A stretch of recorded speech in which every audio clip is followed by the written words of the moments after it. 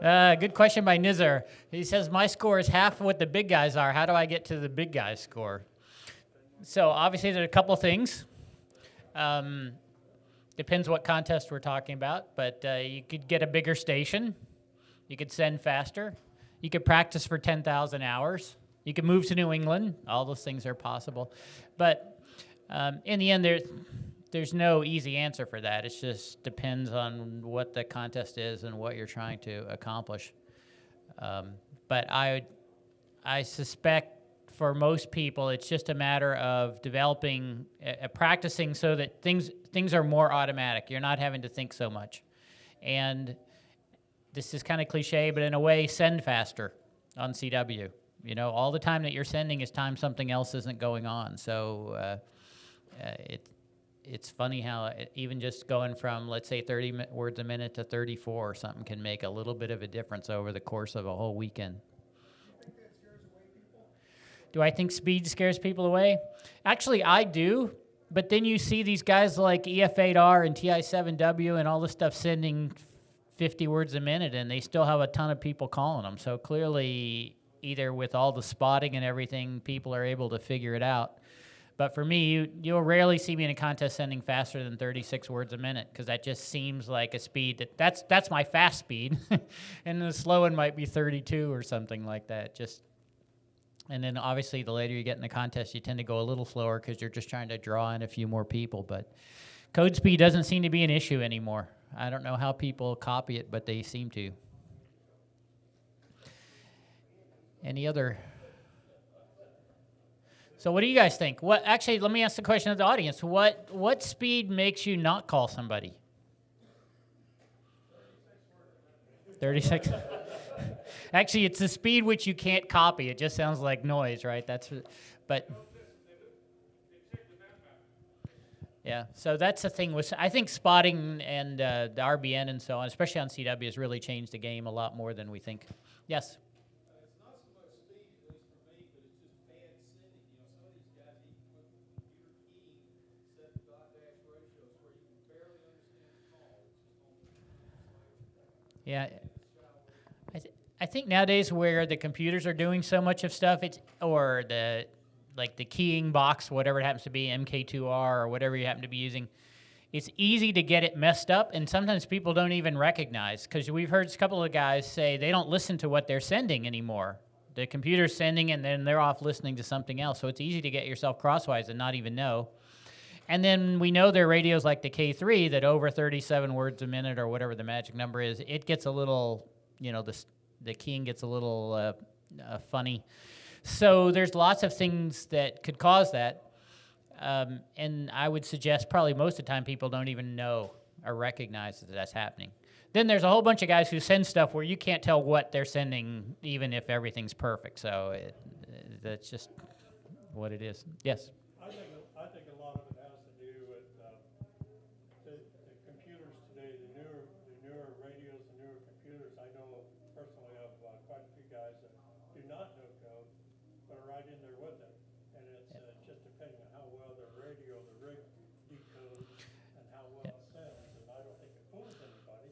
But on the other hand, it's still CW, and they're starting to think, well, maybe I should learn it. Before they weren't doing that. Hey, I'm just glad people are on CW. I don't care how they copy it or how they send it or whatever, as long as it's somewhat, we can eventually get to some level of accuracy and exchanging things. But yes, not everybody's copying everything. And you know that because when you ask them a question and you don't get an answer, you know that, okay, well, maybe we missed something. Yes? Yeah, I was wondering, how do you prep yourself to learn to get the whole call sign the first time? So those of you who were in the session I did this morning on practice, I kind of addressed some of the things about this. So the question was, how do you get to where you get the whole call sign at one time? And there's no question, the best thing for helping improve rate is getting the whole call the first time. It gets rid of all the repeats and so on. Not always possible if there's a bunch of guys calling, but the more you can do to get the whole call, the better. And it really comes down to, I think, two things. Number one, you just have to be really good at copying, whether it's CW or phone. You have to just have some It's not all talent, but certainly a lot of practice at understanding things. And then it helps to have a good call sign vocabulary. So the more calls that you know, the better. So there's calls that you know, where you know a particular call. It's like, I've worked that guy before. F5IN, everybody's worked him because he's on the radio all the time. But it's also knowing what's a good call. Like if I worked F4XQ, I have a pretty, matter of fact, I know that that call is bad because there are no two-letter calls that begin with F4. So when I talk about knowing, having call sign vocabulary, it's not only knowing the calls, but it's also knowing the structure of them. You almost never work an OK4 with 3 letters. Matter of fact, I don't think I've ever worked an OK4 with 3 letters, stuff like that. So when you're digging calls out, sometimes you'll hear bits and pieces, and you know, given it's this time of day and I'm working people in Europe and the call sounds kind of like this, or I heard the back half of it, I can guess the front half. Or I heard the front half and half the back half, so I think I can probably guess what the missing letter is. Sometimes you get it right, sometimes you don't. And this is where super check partial is really helpful. So a lot of times, I'll have some guys call me, and I kind of get most of the call, I'm not 100% sure, and I'm typing it in as fast as I can so the super check partial will update, and then I can kind of guess. And then once you see them, you're like, okay, yeah, that's probably who that guy was. So I don't know if I really answered your question other than to say... I was also wondering if you move off frequency to get the guys on the edge if the call's pretty good. Yeah, so probably one of the best things you can do in a DX contest that I keep seeing people never do, especially in CW, you know, the afternoon pileups where there's lots of guys calling somebody. I'll roll into one of those pileups. First thing I do is turn my XIT on, bump it up 100 cycles or down 50 cycles or whatever it is, and then call the guy. You're almost always through and gone. And if you're ever on the receiving end of a pileup, a lot of times it's just a tone where the spot is. And the guys who call off a little bit, they stand out. And sometimes, especially, and the good guys, when they're running, they'll work somebody off a little bit, and then somebody will realize that, and they'll call off a little more, and you'll watch them. They'll just slowly work people further and further off frequency because it's super efficient for the guy running because it gets them out to where you're only hearing 1 call at a time, maybe 2, that kind of thing. And then every once in a while, you run out of people up there, and you hit the, you know, clear RIT button, and you're back to the kind of tone, and then you start tuning around again. So if there's one thing that can help your score on CW in a DX contest, chasing multipliers, is learn how to use the XIT and just tune off a little bit. Don't go too far. You go too far, you get lost. But just bump it up a little bit. You'll listen to a big African pileup on Sunday. You'll hear somebody work a guy high, and then you'll hear like 5 people in the pileup will go high, and be, you know, nonsense ensues. And then the guy will finally come back to somebody, and he'll be down a little bit. So the DX guys who kind of deal with this all the time, they've kind of figured out, okay, I need to tune around a little bit.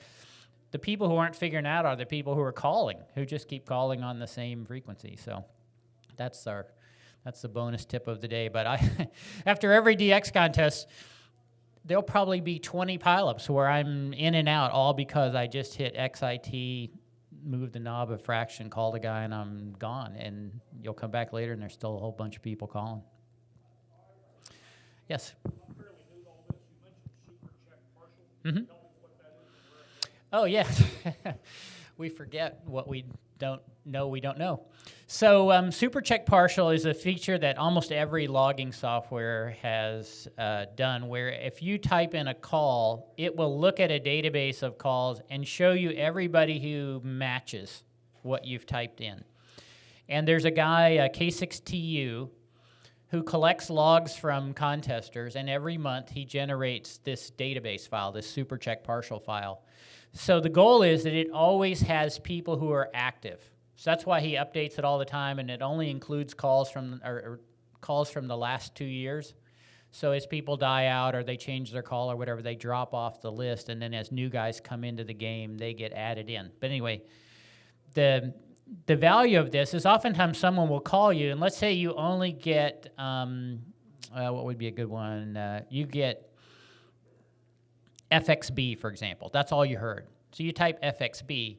Well, what the super check parser will show you is G3 FXB, W8 FXB, WA2 FXB, and now hey, there's 3 guys who have the call FXB that are active in contests. We don't know which contest, what mode. We don't know anything. We just know those guys are active enough that they made the database.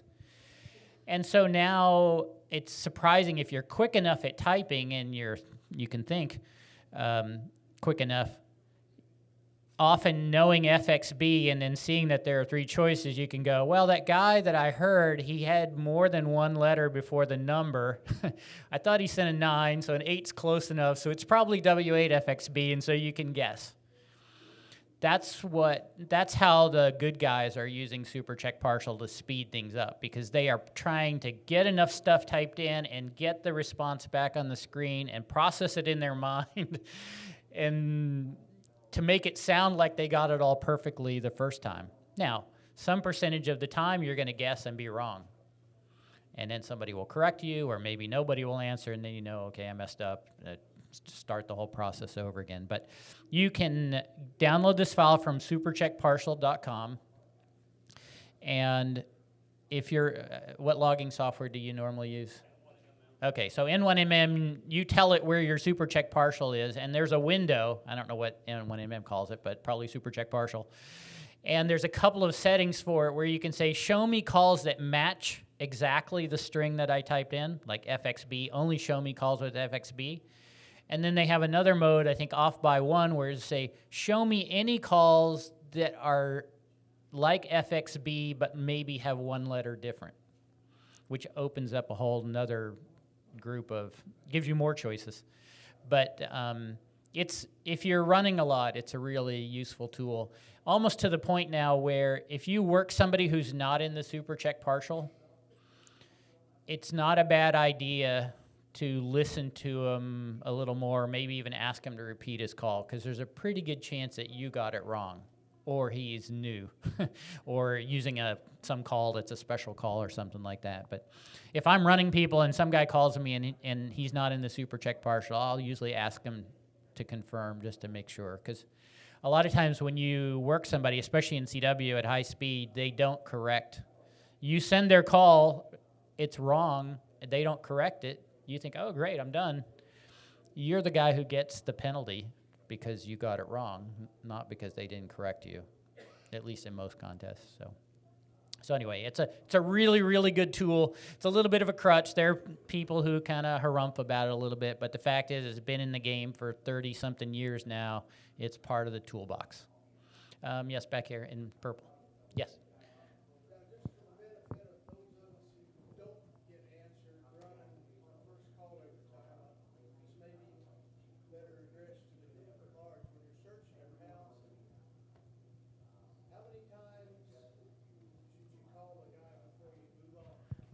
That's a great question. How many times should you call a guy before you move on? So it probably depends on how loud you typically are. Like, I get really mad when a guy doesn't come back to me on the first try. It's like, what's wrong with this guy? But if you're running low power, you don't have that good antennas or so on, you have a pretty good feel, or what you're trying to develop is a feel. Is this a guy that I'm going to get on the next time? Or is this guy have 37 people calling him and I'm number 30 going to be 36th in line? So part of it is you just have to know kind of the propagation and the sense of what's going on and the sense of your station and so on. What you'll find in most contests is if somebody's pretty busy, come back in 10 minutes and they'll probably not be doing anything. Nowadays in CW especially, sorry I keep using CW examples, but even in phone, a spot will happen, or an RBN spot will happen, and so everybody shows up and calls this guy. Well, 10 minutes later, man, he's old news. He's just sitting there. So now to answer your question, how long do you know how long to wait? It's really a question of what else you have going on. At 0800, so 4 in the morning when there's nothing to work, I'm probably going to wait around. If it's prime time where there's a lot of stuff going on and my goal is to get through the band as fast as I can, I'm going to call the guy, and I might put him in this A equals B, put him in the B VFO and keep going, and then come back a while later or something like that, or put him in the band map. Now it's so easy to put a call in the band map. You've already got it kind of typed in. Finish typing it in, hit the save it into the band map thing, and keep going, and come back and try to pick them up later. Because in the end, contesting's all about time management. I don't want to waste time listening to somebody else. I want to spend my time working people. So the faster you can figure out when to move on, the better. Yes, here, I'll come back to you. And a similar thing as far as copy calls on the phone, I've had situations where somebody's using a voice keyer, and they've either got a lot of distortion or they've mumbled so much or whatever, Yep. I can't understand. I ask him for his call, and he just hits the same button. So the thing is, people have bad audio, especially recordings and so on, and so almost to the point where you can't understand what they're saying, what their call is. So just keep asking them. After all, eventually the guy will get it, right? He'll eventually figure out, maybe people can't understand me. Or I'll sometimes tell a guy, look, I can't understand what you're saying, try something different phonetics, different whatever. But remember, it takes two to dance here. So in the end, if the guy's audio is so bad you don't understand it, Control W, clear the entry, and go find another guy. But this is a great lesson in reverse, which is we want to make sure our audio is really clean and so on. It's surprising when you're running people, there will be guys who call you who are puny weak, and yet they just come through perfectly. And you're like, because they just have that audio that just is really crisp and clean and so on. And there's other guys that are pretty loud, and you just can't understand half of what they're saying. So it's worth spending some time, find a friend, and just try stuff, mess around with the equalizer on the radio and try to find. At my station, I was really struggling a lot of times with kind of making things sound good, and I got on the air with the N3KS one day, and he had a lot of experience with the K3 and the equalizer, and he just took me through, okay, change this, and we finally ended up with something that's pretty good, and now I don't have to, I just leave it there. So it's worth investing a little bit of time to sound good, especially on phone, because it can really make a big difference. If you're calling people not getting through, you're either really weak, which you'll or you just don't have the kind of audio that gets people to understand it, and it's worth some investigation. So yes. I was just going to say, make sure you know what super partial that are wrong for your call, the ones that are close, so that way you can be listening for them and correct the person. Yeah. So like, I always listen for KGT because I always get his call and they're not sending enough hits. But yeah, just run a couple permutations and see what's close to your call. So this is a good point. How does the SuperCheck partial database get created? We take all these QSOs from all these logs over the last 2 years, and there's essentially a filter that says any call that appears more than X amount of times goes in the database, and anything that's less than X amount of times is probably bad, don't put it in. There are a lot of really common busts that happen over and over again so that they get over the threshold. So this is why SuperCheck partial is a tool, but don't believe everything that you see, because not every call that's in there is actually real. And the point he's making here is that, look at, for your own call, look at what some of the variations might be and just see if they're in there. It could be because there's actually a guy with that call, or it could be just because they're busts, and you should just know what to look for. Yes? I want to ask you about your stamina for being able to work your own contest. Well, it's not as good as it used to be. It's not as good as it used to be, I can tell you that. But so what aspect in particular? After about 2 or 3 hours, it's like, So here's probably, if you went around and found all the top-level contest guys, we probably all have some amount of OCD, because what else would allow you to sit there and spend a whole weekend going, you're 5905, you're 5905, just over and over and over, and I never get tired of it. That's the weird part, is if I can get through the first 3 hours, then after that it's like potato chips. I can't stop. Like, there's always another guy. It's like, oh, I need to take a break. Oh, well, here's another guy. Oh, I really need to go take a nap. No, here's another guy. Oh, I need to get up and run to the bathroom. Well, there's another guy. So some of it's just, it's really an illness probably, but I like doing it. Now, some of it's motivation, because I'm trying to win, and if you're trying to win, it's a little bit, like watch guys run marathons. The professional guys are all up the front. They're freaks of nature. And then there's everybody else who's just trying to get to the end. And contesting kind of probably shapes out a lot the same way. So it comes down to, what are you trying to accomplish personally that motivates you? Do you have the ability? And there's no question, some people don't. You operate 3 hours, and it's like, I've had enough of this, I'm going to go do something else for a while. And that's fine. then come back and work some more guys until you can't stand it anymore. It's in the end, if you're not having fun, it's not worth doing it. Unless you're trying to win, in which case it's not going to be any fun. So forget that part of it. It's all about just trying to grind your way through. Yes. Find anybody who's not on QRZ, QRZ or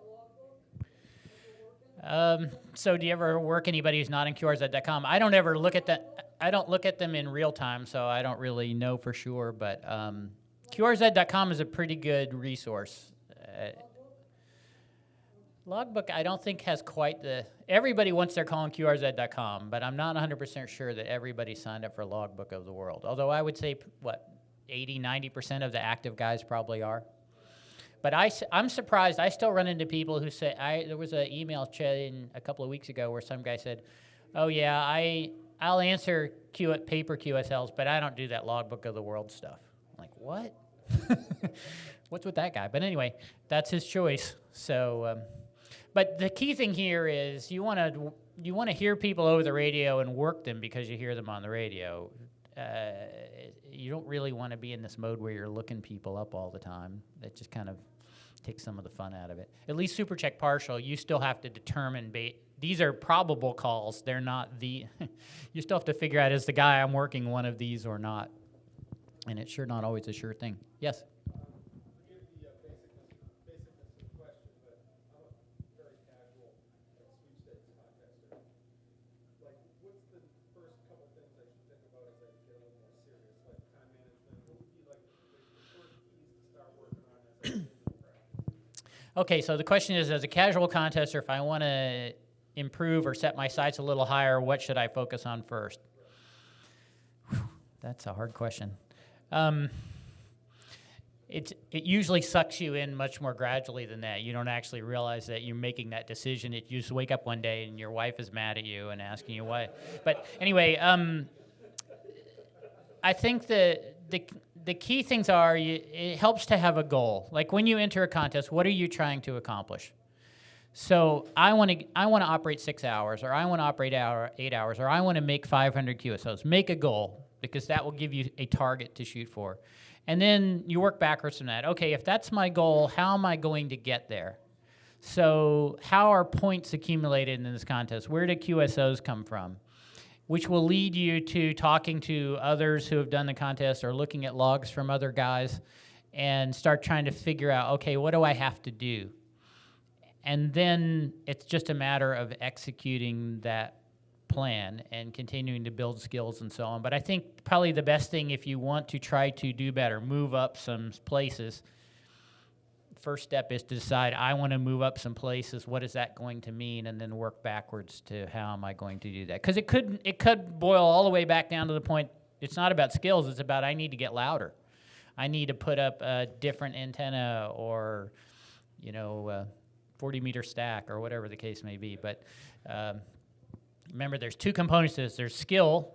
Skills will get you a long way, but in the end, it's a little bit like car racing or something. You need a certain amount of infrastructure to have good scores, and so that's part of the game. As you learn as you're going along, and then you go, okay, well, if I'm going to get better, I got to do something more. I got to spin more, put up more antennas, that kind of thing.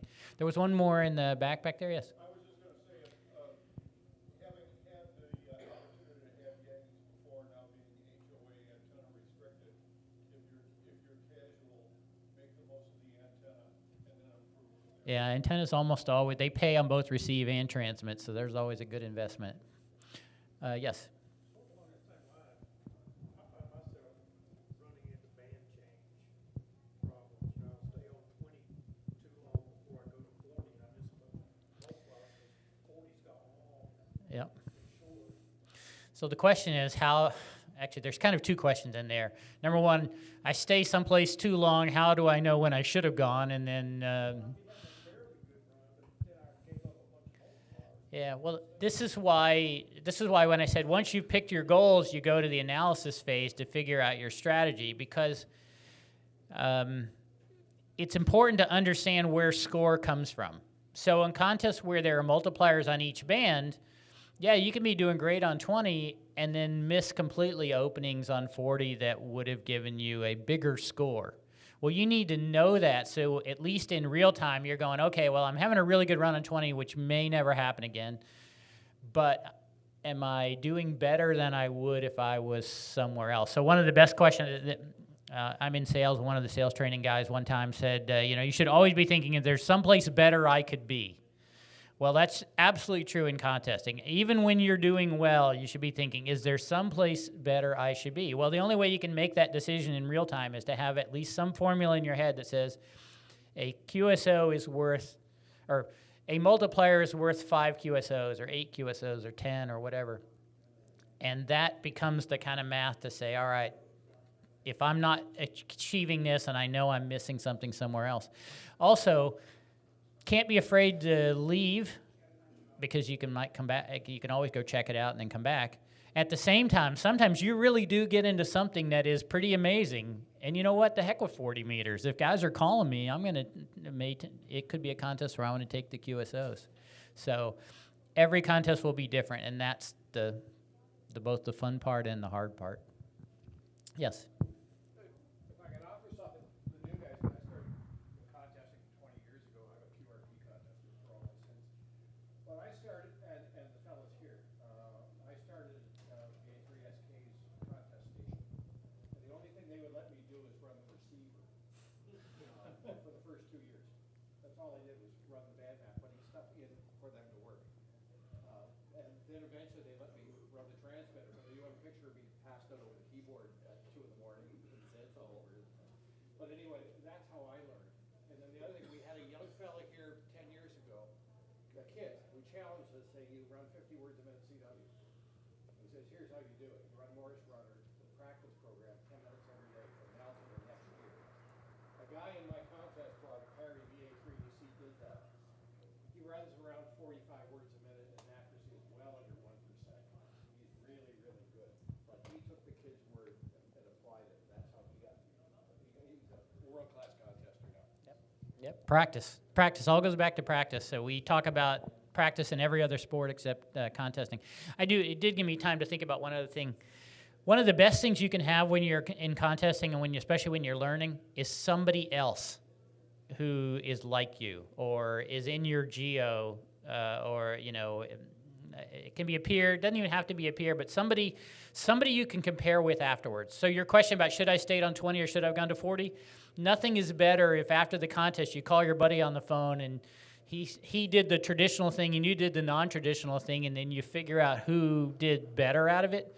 And now you've got another little bit of experience in your head for the next time you see this. You can start making a decision about, wow, was it really a better thing or not? Because sometimes you don't go somewhere, well, you picked all that stuff up later. So it's not always, all or nothing kind of decision. Sometimes you just don't realize what the choices are. So having people to compare with is really fantastic in the beginning. Okay, I know they're signaling that we're done.